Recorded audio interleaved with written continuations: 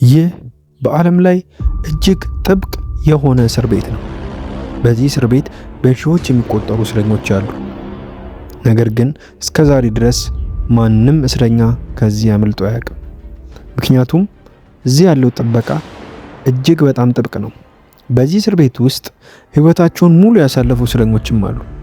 ነገር ግን ከዚህ እስር ቤት የማምለጥ ሐሳብ እንኳን አልነበራቸውም። ምክንያቱም ለማምለጥ የሞከረ እስረኛ የሚጠብቀው ቅጣት ቀጥተኛ የሞት ቅጣት ነው። አሁን ትዕይንቱ ወደ ፍርድ ቤት ይዞን ይሄዳል። እዚያም በአሜሪካ ውስጥ ትልቅ ባንክ ውስጥ ሰራተኛ የሆነውን አንዲ የተባለውን ሰው እናያለን። ዳኛው ሚስቱንና ፍቅረኛዋን በመግደሉ የዕድሜ ልክ እስራት ፈረደበት። ነገር ግን አንዲ እነዚህን ግድያዎችን እንዳልፈጸመ ይናገራል። ሆኖም አንዲ ንጹህ መሆኑን የሚያረጋግጥ ማስረጃ አልነበረውም። በዚህ ምክንያት የፍርድ ቤቱ ዳኛ አንዲን በዓለም ላይ እጅግ ጥብቅ ወደ ሆነው እስር ቤት ወደ ሻውንሺንግ ሪደምፕሽን እስር ቤት ይልከዋል። ከአንዲ ጋር ብዙ እስረኞችም አሉ። እናም እነዚህ እስረኞች ወደ እስር ቤት ሲገቡ ቀድሞ እዚያ የነበሩትን እስረኞች በመካከላቸው አዲስ ከመጡት እስረኞች መካከል የትኛው ዛሬ ማታ እንደሚያለቅስ ሲቡድርድ ይገባሉ። ለዚህም አንድ ፓኬት ሲጋራ ይወራረዳሉ። ከውጪ በሰልፍ ከቆሙት አዲስ መጤዎች እያንዳንዳቸው አንድ እስረኛ ይመርጣሉ። ከዚያም ሬድ የተባለ እስረኛ በአንዲ ላይ ይወራረዳል። ምክንያቱም አንዲ በጣም ንጹህ የሚመስልና ምንም አይነት መከራ አይቶ የማያውቅ በጣም ከሀብታም ቤተሰብ የመጣ ስለሚመስል ነው። ስለዚህ አንዲ ዛሬ ማታ የመጀመሪያውን እንደሚያለቅስ ያስባል። ከዚያም በኋላ ሁሉም እስረኞች በሰልፍ ወደ እስር ቤት ይገባሉ እና እያንዳንዳቸው በየሰሌዳቸው ይቆለፋሉ። ከተወሰነ ጊዜ በኋላ የቆዩት እስረኞች በአዲሶቹ ላይ መጮህ ይጀምራሉ። አንዱ እንዲፈራና ማልቀስ እንዲጀምር የጠበቁትም ይሆናል። አዲስ ከመጡት እስረኞች አንዱ አለቀሰና ወደ ቤት መሄድ እንደሚፈልግ ይናገራል። ልክ በዛን ጊዜ ጠባቂዎቹ ይደርሱና ማልቀሱን እንዲያቆም ይነግሩታል። ነገር ግን ሰውየው ማልቀሱን አያቆምም። ጠባቂዎቹ ከሴሉ አውጥተው መደብደባቸውን የተነሳ ይደክማል። በሌላ በኩል ሬድ በአንዲ ላይ የገባውን ውርርድ ይሸነፋል። እናም ሬድ እንደዛ መፍራት ቢኖርበትም አንዲ ምንም ድምፅ ስላላሰማ አንዲ በጣም ጠንካራ እንደሆነ ይገነዘባል። ለዚህም ነው በሚቀጥለው ቀን በአንዲ ላይ የገባውን ውርርድ ስለተሸነፈ ሬድ የሲጋራ ፓኬቱን ለጓደኛው የሰጠው። ልክ በዛን ጊዜ ብቻውን በጸጥታ ቁርስ እየበላ ያለውን አንዲን እናያለን። ከዛም አንዲ እስር ቤት ውስጥ በጣም የቆየውን እስረኛ ብሩክስን ያገኛል። ብሩክስ በዚህ እስር ቤት ውስጥ ወደ 50 ዓመት ሊሞላው ነው።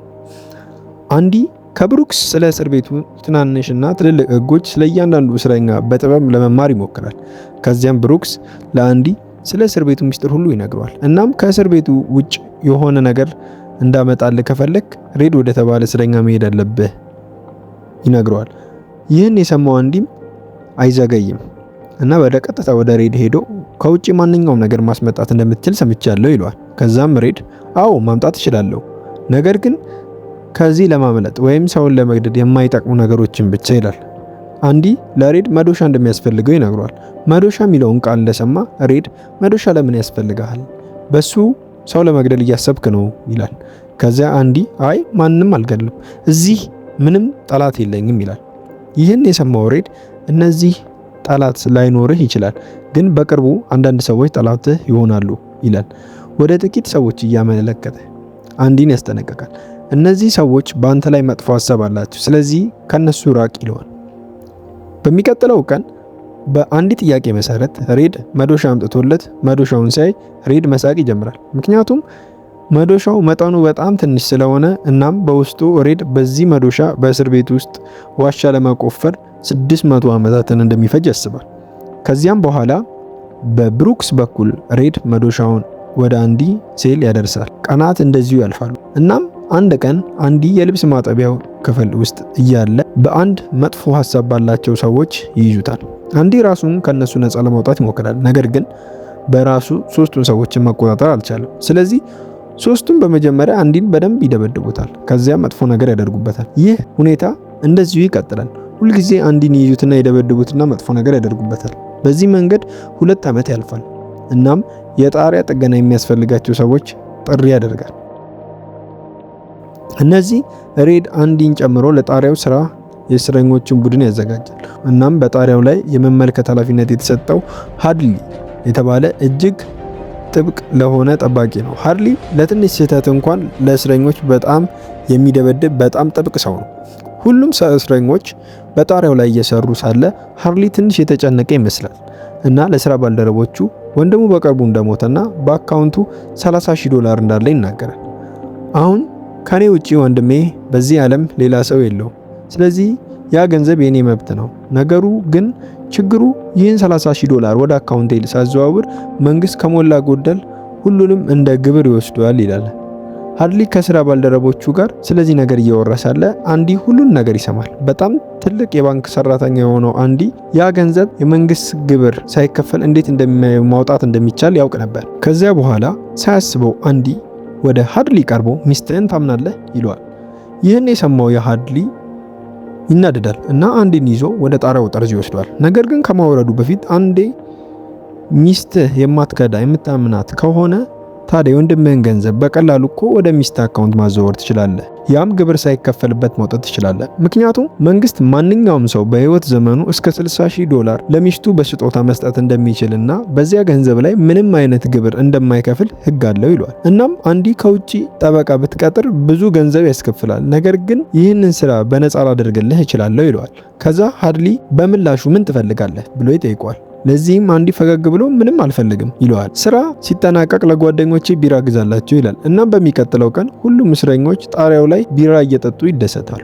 ያ ማለት አንዲ የሃርሊን ስራ ሰርቶ ነበር። ነገር ግን አንዲ ቢራ አይጠጣም። ሁሉም ሰው ቢራ ሲጠጣ በደስታ ማዶ ተቀምጦ ይመለከታል። አንዲ እስር ቤት ውስጥ ቢራ መጠጣት የማይቻል ስለነበር የጓደኞቹ ህልም በአንዲት ምክንያት ስለተሳካላቸው በሱ በጣም ደስተኛ ናቸው። ከዚያ ጊዜ ጀምሮ የአንዲ እና የሬድ ወዳጅነት እየጠነከረ ይሄዳል። ከጥቂት ቀናት በኋላ በእስር ቤት ውስጥ ያሉ እስረኞች ሁሉ ፊልም ያያሉ እና ሁሉም ሪታ ሃይወርዝ የምትተውነውን ፊልምን እየተመለከቱ ነው። ከዚያም አንዲ ወደ ሬድ መጥቶ የሪታ ሃይወርዝ ትልቅ ፖስተር ፈልጋለሁ ይላል። አንዲ ፖስተሩን ለሬድ የጠየቀው መላው እስር ቤት ውስጥ ከውጭ ማንኛውም ነገር ማምጣት የሚችለው ሬድ ስለነበር ብቻ ነው። ከዚያ በኋላ አንዲ ወደ ውጪ ይሄዳል። ነገር ግን እንደወጣ አንዲ መጥፎ ነገር ያደረጉት የነበሩ 3 ሰዎች እዛ ጋር ይቆማሉ። ለአንዲ ከኛ ጋር ነይ ይሉታል። ነገር ግን በዚህ ጊዜ አንዲ እምቢ ይላል። አንዲ እምቢ ሲል ይይዙትና በግድ ሊያደርጉበት ይሞክራሉ። ነገር ግን አንዲ ይታገላቸዋል። 3 ስለሆኑ በዚህም ምክንያት አንዲን በጣም ይደበድቡታል። ነገር ግን ዛሬ በአንዲ ላይ ምንም ማድረግ አልቻሉ። አሁንም አንዲን በጣም ከመደብደባቸው የተነሳ ለወር ሆስፒታል ይገባል። እናም አንዲን የደበደበው ሰው ለ1 ሳምንት ወደ ብቸኛ እስር ቤት ይገባል። 1 ሳምንት በኋላ ወደ ሴሉ ሲመለስ አንዲ $30,000 ግብር ያስቀረለት ያው ኦፊሰር እዛ ጋር አለ። እናም አንድ ሰው ለዚህ ኦፊሰር ሰውየውን አንድ በጣም ስለደበደበው ለወር ሆስፒታል እንደገባ ይነግረዋል። አሁን እዚህ ጋር ያ ኦፊሰር ሰውየውን በጣም ከመደብደበው የተነሳ ለዘላለም ሽባ ይሆናል። 1 ወር በኋላ አንዲ ከሆስፒታል ወደ ሴሉ ሲመለስ በሴሉ ውስጥ የሪታ ሃይወርዝ ትልቅ ፖስተር ያገኛል። ይህ በእውነቱ ከሬድ የተሰጠ የእንኳን ደህና መጣ ስጦታ ነው። ቀናት እንደዚሁ ያልፋሉ። እናም አንድ ቀን የእስር ቤቱ አለቃ ከአንድ ጠባቂ ጋር ወደ አንዲ ሴል መጥተው ሴሉን ያሳዩታል። ፍለጋ በኋላ አለቃው ምንም ነገር ሲያጣ ከአይኑ ፊት ለፊት የተሰቀለው ፖስተር ላይ ያልፋል። አለቃው በተለምዶ በሴል ውስጥ ፖስተር አይፈቅድም፣ ግን ይህንን ሴል ውስጥ ማቆየት ትችላለህ ይላል። በእውነቱ ፍለጋው ሰበብ ብቻ ነበር። ያው ኦፊሰር አለቃውን አንዲ $30,000 ግብር እንዴት እንዳዳነለት ነግሮትም ነበር። ለዚህ ነው አለቃው ለራሱ ጥቅም ሲል አንዲን ማግኘት የፈለገው። አንዲ በእጁ መጽሐፍ ቅዱስ ይዞ ይወጣል። ነገር ግን ትንሽ እንደሄደ ተመልሶ በእጁ የመጽሐፍ ቅዱስ መጽሐፍ ይመልሳል። መዳን ያለው በዚህ ውስጥ ነው ይላል። በሚቀጥለው ቀን አለቃው አንዲን ወደ ቢሮው ጠርቶ እንደ አንተ ያለ አስተዋይ ሰው ከእስር ቤት በስተጀርባ መሆን የለበት። ስለዚህ አለቃው አንዲን የቤተ መጽሐፍ ረዳት ያደርገዋል። በቤተ መጽሐፍት ውስጥ ለብዙ ዓመታት ሲያስተዳድረው የነበረው ብሩክስ የተባለው ያው አዛውንት አለ። ልክ በዚያን ጊዜ አንዲ $100 ያስቀረለት ኦፊሰር ሌላ ኦፊሰር ወደ አንዲ ያመጣል።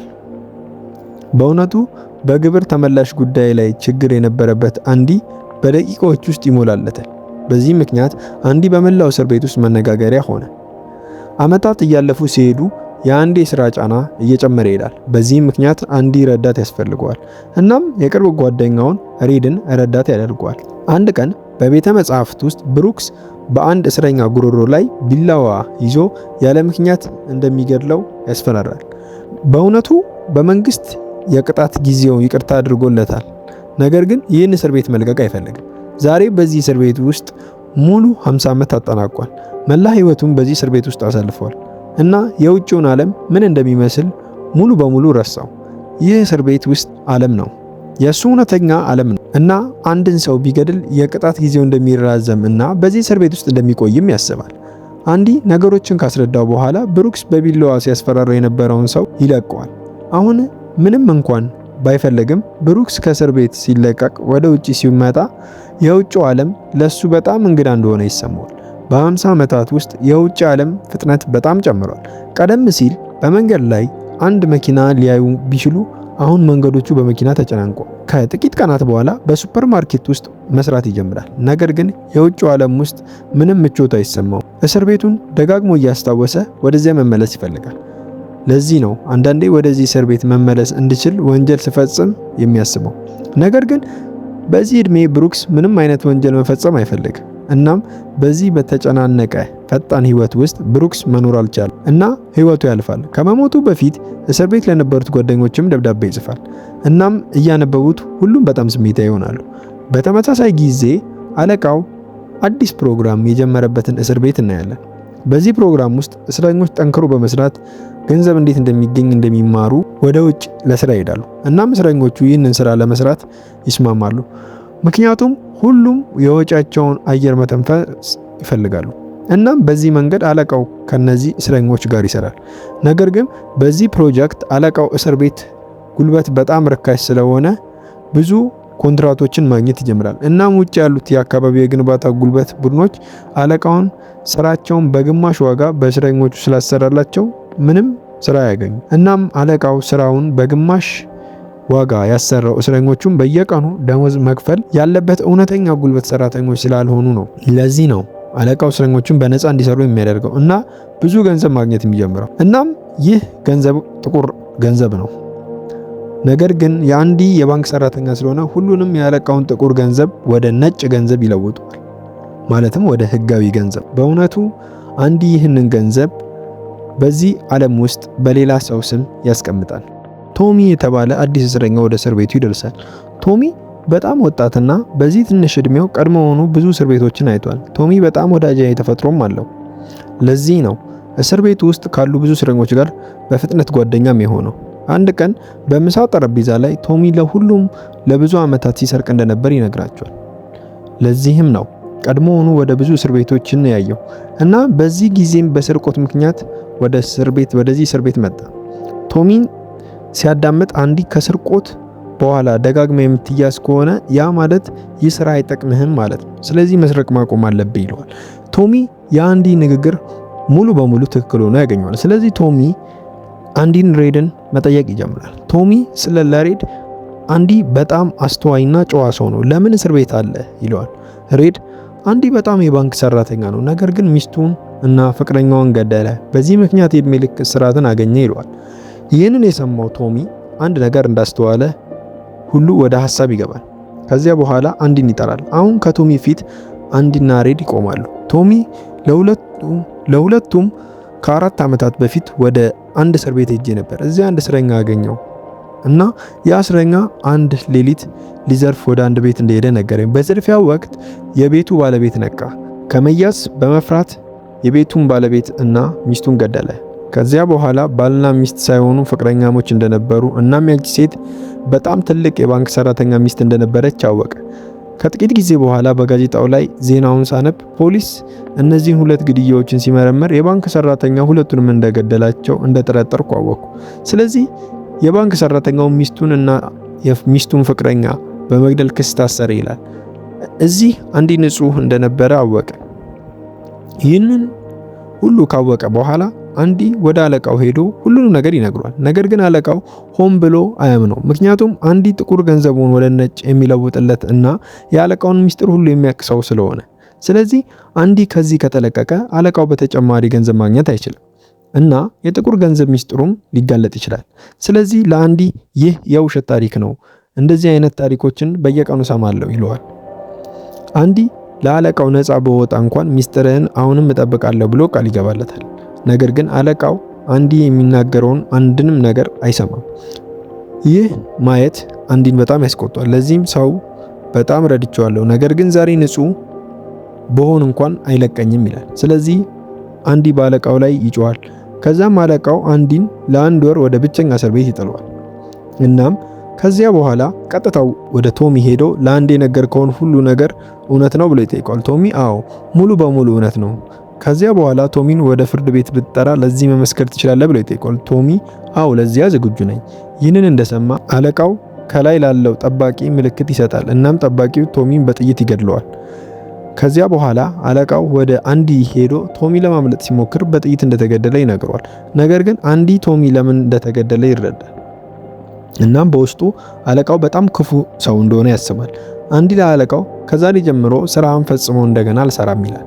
ከዛ አለቃው ስራዬን መስራት አለብህ፣ አለበለዚያ ይህንን እስር ቤት ላንተ ጋንም አደርገዋለሁ እና ሲወጣ አለቃው ለጠባቂው ለአንድ ወር እንዲቆይ ይንገረው ይላል። ብቸኛ እስር ቤት ውስጥ እስረኛው ለአንድ ወር ሙሉ በጥቁር ጨለማ ውስጥ መቆየት ያለበት አስፈሪ ቦታ ነው። አሁን አንዲ እንደ ቀድሞ አንድ ወር ብቸኛ እስር ቤት ውስጥ አሳልፎ ነበር። ነገር ግን አሁን ሌላ ወር በዚሁ ትንሽ የጨለማ ክፍል ውስጥ ማሳለፍ ነበረበት። ውጭ በመላው እስር ቤት አንዲ ፈጽሞ ያልፈጸመውን ቅጣት እየተቀበለ እንደሆነ ዜናው ይሰራጫል። እስር ቤት ውስጥ ያሉ ሰራተኞች ሁሉ ለአንዲ በጣም ያዝናሉ። አሁን በብቸኛ እስር ቤት ሙሉ 2 ወር ካሳለፈ በኋላ አንዲ ሲወጣ ሬድ ወደሱ ይመጣል። አንዲ ሬድን ከዚህ እስር ቤት መውጣት ትችላለህ ብሎ ይጠይቀዋል። ሬድ አዎ፣ ነገር ግን በጣም አርጅቼ እና አእምሮዬ መስራት ሲያቆም ብቻ ይላል። አንዲ ከዚህ ለቀቄ ወደ ሜክሲኮ እሄዳለሁ። ሜክሲኮ ውስጥ ውቅያኖሱ አጠገብ በጣም የሚያምር ቦታ አለ። ሰውየው ራሱን እዚያ ሊያጠፋ ይችላል። እዚያ ምግብ ቤት እከፍታለሁ፣ ጀልባዬን በየዳርቻው አስተካክላለሁ እና እዚያ ከውጭ አቅርቦት የሚመጣልኝም ብልህ ሰው ያስፈልገኛል ይላል። በእውነቱ እሱ ወደ ሬድ እየተመለከተ ነበር። ይህንን የሰማው ሬድ ተስፋ በጣም አደገኛ ነገር ነው፣ ሰውን ሊያሳብድ ይችላል፣ ወደ እውነተኛው ዓለም መመለስ አለብህ፣ ሜክሲኮ ከዚህ በጣም ሩቅ ነው ይላል። ይህንን ብሎ ሬድ መራመድ ይጀምራል። ነገር ግን ከመሄዱ በፊት አንዲ ለሬድ ከዚህ ከተለቀቅ አንድ ነገር እንደምታደርግ ቃል ግባልኝ ይለዋል። ሬድ አዎ በእርግጠኝነት አደርጋለሁ ይላል። ከዚያ አንዲ ለሬድ አድራሻ ሰጥቶ ከዚህ ስትወጣ በትልቅ ሜዳ መካከል የሚያምር ዛፍ ወደሚገኝበት ቦታ ሂድ፣ አንዲ ልብሴን አንጽቼ ጫማዬን እንደ መስታወት አድርገህ አብረቅርቅ ይለዋል። ከዚያ አንዲ ወደ ሴሉ ይመለሳል። በዚህ መሃል በሌላ በኩል ሬድ ዛሬ ማታ በጣም ተጨንቋል፣ ምክንያቱም አንዲ ራሱን ይጎዳ ይሆናል ብሎ ስለሚፈራ። በዚህ መንገድ ሌሊቱ ያልፋል እና ጠዋት ይመጣል። ጠዋት እንደደረሰ የሁሉም እስረኞች ሴል በሮች ይከፈታሉ እና ሁሉም ይወጣል። ነገር ግን አንዲ ከሴሉ አልወጣም። ባለፉት 20 ዓመታት አንድ እስረኛ ከሴሉ ያልወጣበት የመጀመሪያ ጊዜ ነበር። ከዚያ የሬድ አይኖችም ወደ አንዲ ሴል ይመለሳሉ እና ጭንቀቱ አንዲ ራሱን እየጎዳ እየጨመረ ይሄዳል። ልክ በዚያን ጊዜ አንድ ጠባቂ በንዴት ወደ አንዲ ሴል ይሄዳል። ነገር ግን ሲደርስ ሲመለከት አይኖቹን በድንጋጤ ክፍት ይሆኑና ይደነግጣል፣ ምክንያቱም ሴል ውስጥ ማንም አልነበረም እና አንዲ ከዚህ አምልጦ ነበር። አሁን አለቃው እናያለን። ልብሱን ሊለብስ ጫማውን ሲያወጣ፣ ነገር ግን ከዚያ ሳጥን ውስጥ የሱ ፋንታ የአንድ አሮጌ ጫማዎች አሉ። እናም ልክ በዚያን ጊዜ በመላው እስር ቤት ሳይረን ማሰማት ይጀምራል። እናም ያ ሳይረን እስረኛ እንደጠፋ ምልክት ይሰጣል። አለቃው ወደ አንዲ ሴል ይሮጣል እና እዚያ አንዲ እንደሌለ ያያል። ከዚያ በኋላ ለጠባቂው ሂድና ሬድን እዚያ አምጣው፣ ምክንያቱም ሁልጊዜ ከአንዲ ጋር ነበር ይላል። እዚህም ሬድ ይቀርባል። አለቃው ሬድን ይህ አንዲ የት ነው ብሎ ይጠይቀዋል። ሬድን እንዴት አውቃለሁ ይላል። በዚህ አለቃው በጣም ይናደዳል። በሌሊት ከዚህ የተሰወረ መንፈስ ነበር ይላል። በንዴት አለቃው እዚያ የተኛ ድንጋዮችን አንስቶ በጠባቂዎችና በሬድ ላይ መወርወር ይጀምራል። እናም በአንድ ድንጋይ ግድግዳው ላይ የተሰቀለው ፖስተር ላይ ወርወራል። ድንጋዩም ግድግዳውን አልመታም እናም አይወድቅም፣ ይልቁንስ ፖስተር ውስጥ ያልፋል። እናም አለቃው እጁን ወደ ውስጥ ሲያስገባ አንዲ በዚያ ትልቅ ዋሻ እንደሰራ ያያል።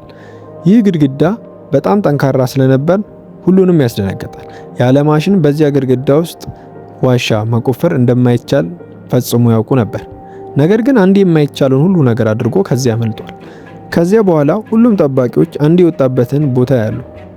እዚያ አንድ የአሮጌ ልብሶች እና አንዲ ከ20 ዓመት በፊት ሬድ እንዲያመጣለት የጠየቀው መዶሻን ያገኛሉ። አንዲ ባለፉት 20 ዓመታት በሴሉ ግድግዳ ውስጥ ዋሻ ለመቆፈር ሲጠቀምበት የነበረው መዶሻ ነው። ለ20 ዓመታት እንዲህ ይህንን ያደረገው ማንም እንዳያውቅ በጣም በጥንቃቄ ነበር። ከዚህ ጋር ከግድግዳው የወጣው ማንኛውም አፈር በኪሱ ይይዘውና አትክልት ውስጥ ይበትነውም ነበር።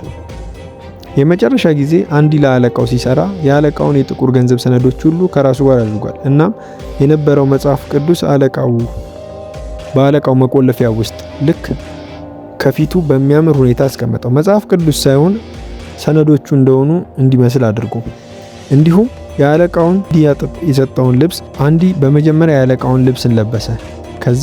ከዚያ በላይ የራሱን አሮጌ ልብስ ለበሰ እና አለቃውን እንደ መስታወት እንዲያብረቀርቅ የሰጠውን ጫማ አንዲ እነዛን ለብሶ ወጣ። በሌሊት መብራቶች እንደጠፉ አንዲ በሴሉ ውስጥ በሰራው ዋሻ በኩል ይሄዳል። ከዚያ የፍሳሽ ማስወገጃ ቧንቧ ይሰብራል እና በዚያ ጠባብ የፍሳሽ ማስወገጃ ቧንቧ ውስጥ ይሳባል። ማንም አመልጦ በማያውቅበት እስር ቤት ያመልጣል። ሆኖም አንዲ የወጣበት የፍሳሽ ማስወገጃ ቧንቧ ወደ 2 ኪሎ ሜትር ያህል ርዝመት ነበረው። በሚቀጥለው ጠዋት አንዲ ሁሉንም የአለቃውን ጥቁር ገንዘብ ወደ ተቀመጠበት ባንክ ይሄዳል። ይህም ገንዘብ በዚህ ዓለም ውስጥ በሌላ ሰው ስም ያለ ነው። ይህንን ሁሉ ሰነድ እቅድ አንዲ በራሱ የተፈጠረ ነበር። እናም በባንክ ውስጥ የተከፈተ ያ አካውንት ባለቤት ፊርማ በአንዲ እስር ቤት ውስጥ ሆኖ የተደረገ ነበር። ስለዚህ አንዲ ያለቃውን ገንዘብ ሁሉ ማውጣት ምንም ችግር አልነበረበትም። እናም ያ ገንዘብ $370,000 ነው። ይህ ማለት አንዲ ነፃ ብቻ ሳይሆን በገንዘብም ሀብታም ሆነ። እናም አንዲ ወደ እስር ቤት ከገባበት ቀን ጀምሮ ይህንን ሁሉ ሲያቅድ እንደነበር እናውቃለን። አለቃው አንዲን እስር ቤት ውስጥ በጣም መጥፎ በሆነ መንገድ አስተናግዶት ነበር። እናም ቶሚንም ገድሎት ነበር። አለቃው ጥቁር ገንዘብ ማስረጃ ለሚዲያ ይሰጣል። በሚቀጥለው ጠዋት ይህ ዜና ታትሞ ይወጣል። እናም አለቃው መቆለፊያው ሲከፈት ውስጥ ሲመለክ ሰነዶች ሳይሆኑ መጽሐፍ ቅዱስ አለ። የመጽሐፍ ቅዱሱ የመጀመሪያ ገጽ ላይ እንዲህ ይላል፣ አንተ ትክክል ነበርክ፣ መዳን ያለው በዚህ ውስጥ ነው ብሎ ጽፎ ነበር። እናም አለቃው ገጹን ሲያዞር እዚያ የመዶሻውን ምልክት ያያል። በእውነቱ አንዲ የመጽሐፍ ቅዱስ ገጾች የመዶሻ ቅርጽ ቆርጦ ሻጋታ ሰርቶ ነበር። በውስጡ መዶሻውንም ይደብቅበት ነበር። አንዲ ከ20 ዓመታት በፊት አለቃው መጀመሪያ ጊዜ ወደ አንዲ ሴል ሲሄድ የአንዲት መጽሐፍ ቅዱስን ከእጁ ሲወስድ እና ሲመልስለት በዚያን ጊዜ መዶሻው በመጽሐፍ ቅዱስ ውስጥ ነበር። ይህንን ሲያይ አለቃው በከፍተኛ ድንጋጤ፣ በሌላ በኩል የአለቃው የጥቁር ገንዘብ ዜና በመላው ከተማ ተሰራጭቶ ነበር። ስለዚህ ከእስር ቤቱ ውጪ ጋዜጠኞችና ፖሊስ አለቃውን ለመያዝ እየመጡ ነበር። እናም ፖሊስ ከመያዙ በፊት አለቃውን ራሱን በጥይት ይገላል። የተወሰነ ጊዜ ካለፈ በኋላ የአንዲ ጓደኛ ሬድም የቅጣት ጊዜውን ሙሉ ይቅርታ ተደርጎለት በመንግስት ስራ ይሰጠዋል። ነገር ግን በውጭው ዓለም ሬድ 40 ዓመታት ህይወቱን እስር ቤት ስለሚያሳልፍ ልቡ በጭራሽ አይረጋጋም። ሬድ ብሩክ ሲኖርበት በነበረው ክፍል ይኖራል። እናም ሬድም ህይወቱን ማቆም ይፈልጋል። ነገር ግን ልክ በዚያን ጊዜ አንዲ ቃል እንደገባ ያስታውሳል። ከዚያ በኋላ በመኪና ለዚያ ቦታ ይነሳል። እናም በትልቅ ዛፍ ወዳለበት የሳር ሜዳ ይሄዳል። የድንጋይ ግድግዳም አለ። በዚያ ግድግዳ ላይ ጥቁር ድንጋይ አለ እና ድንጋዩን ሲያነሳ ከስር ሳጥን አለ። በዚያ ሳጥን ውስጥ ጥቂት ገንዘብና ደብዳቤ አለ። ያ ደብዳቤ ከአንዲ ነው። በዚህ ደብዳቤ ውስጥ አንዲ እስር ቤት ውስጥ ለሬድ በነገረው ቦታ እየጠበቀው እንደሆነ ተጽፏል። በተጨማሪም አንዲ ተስፋ ጥሩ ነገር እንደሆነ ጽፎ ነበር። ከዚህ በኋላ ሬድ ያ ቦታ ይደርሳል እና ወደ ባርቻ ሲሄድ አንዲ ጀልባ ውስጥ ሲያስተካክል ያያል። ይህ ሁሉ አንዲ እስር ቤት ውስጥ ለሬድ ያጋራው ህልሙን ነው እና ሬድ ተስፋ ጥሩ ነገር እንዳልሆነ ተናግሮ ነበር። ከዚያ በኋላ ሁለቱም እርስ በርስ ይተቃቀፋሉ። እናም በዚህ ታሪኩ ያበቃል። ይህን ቪዲዮ ከወደዱት እባክዎት ለቻናላችን ሰብስክራይብ ያድርጉ፣ ላይክ ማድረጎንም አይርሱ።